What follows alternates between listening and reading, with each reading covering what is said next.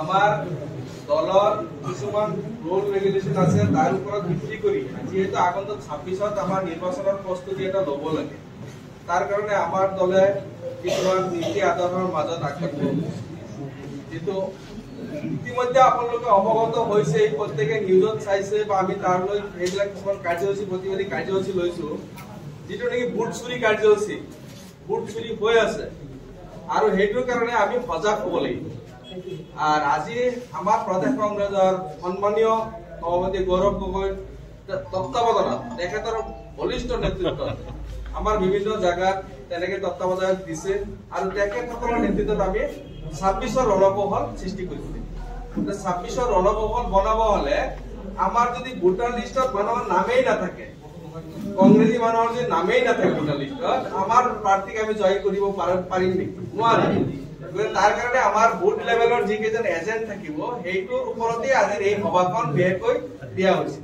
লগতে আমাৰ তত্ত্বাৱধায়ক পাৰ্থপ্ৰতিম ডাঙৰীয়াক আপোনাৰ লগত চাচিনাকি হ'ব আহিছে তাৰ লগে লগে আমাৰ বিধায়িকা শিৱানী বাইদেউ আছে বাইদেউ আপোনালোকৰ লগত মনৰ কথাখিনি ব্যক্ত কৰিছে কথাটো হ'ল বিএলএ আমাৰ দলে কিয় প্ৰাধান্য মাননীয় ৰাহুল গান্ধী ডাঙৰীয়া এটা কথা বাৰে বাৰে কৈ আছে বিএলএ হল বুথ লেভেল এজেন্ট এটো দলৰ ফালৰ পৰা হয় আজি আমি কংগ্ৰেছ দলে দিছো বিজেপিও দিব এজিপিও দিব বিভিন্ন দলে বিএলএ দিব বিভিন্ন দলৰ বেলেগ জায়গাত এজেন্ট দি আছে বিএলএ আছে বুথ লেভেল এজেন্ট আৰু এটা সৰকাৰি এৰিয়া আছে BLO booth level officer BLA জন বিএলও লগত মিলি আপোনাৰ প্ৰতিটো ওয়াৰ্ডত প্ৰতিটো বুথ লেভেলত আপুনি আমাৰ দলৰ বিএলএ তাত এজিপিৰ বিএলএ দিব বিজেপিৰো বিএলএ দিব তাত আমি ধৰক 4টা দলৰ বিএলএ আছে সৰকাৰি বিএলএ যিজন থাকিব তেওঁৰ লগত বহি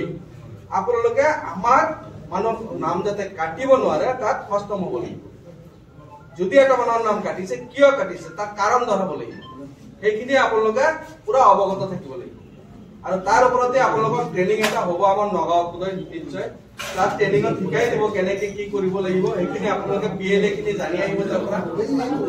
আহি কমসে কম আপোনালোকে এই কামখিনি নিষ্ঠাৰে কৰিব বুলি আমি আশাবাদী এইটো কাৰণে এজন মানুহৰ যদি ভোটাৰ লিষ্টৰ পৰা নামটো কৰ্তন হৈ যায় আপোনালোকে জানেই এনেই বাংলাদেশী দাগ এটা আছে আমাৰ ইয়াত যিখিনি ভোটাৰ আছে যাতে এই দাগটো নালাগে গতিকে প্ৰত্যেকজন মানুহে প্ৰত্যেকটো ভোটাৰক নিজৰ হেৰি হিচাপে ভাবি লৈ যাতে আমি বিএলএৰ লগত লাগি আমাৰ ভোটাৰ লিষ্টৰ পৰা যাতে এজন মানুহৰ নাম কাটিব নোৱাৰে তাৰ কাৰণে বিএলএ সকলে ভালকে কাম কৰিব বুলি আশা ৰাখি মোৰ চমু বক্তব্য ইয়াতে সামৰণি মাৰিছো।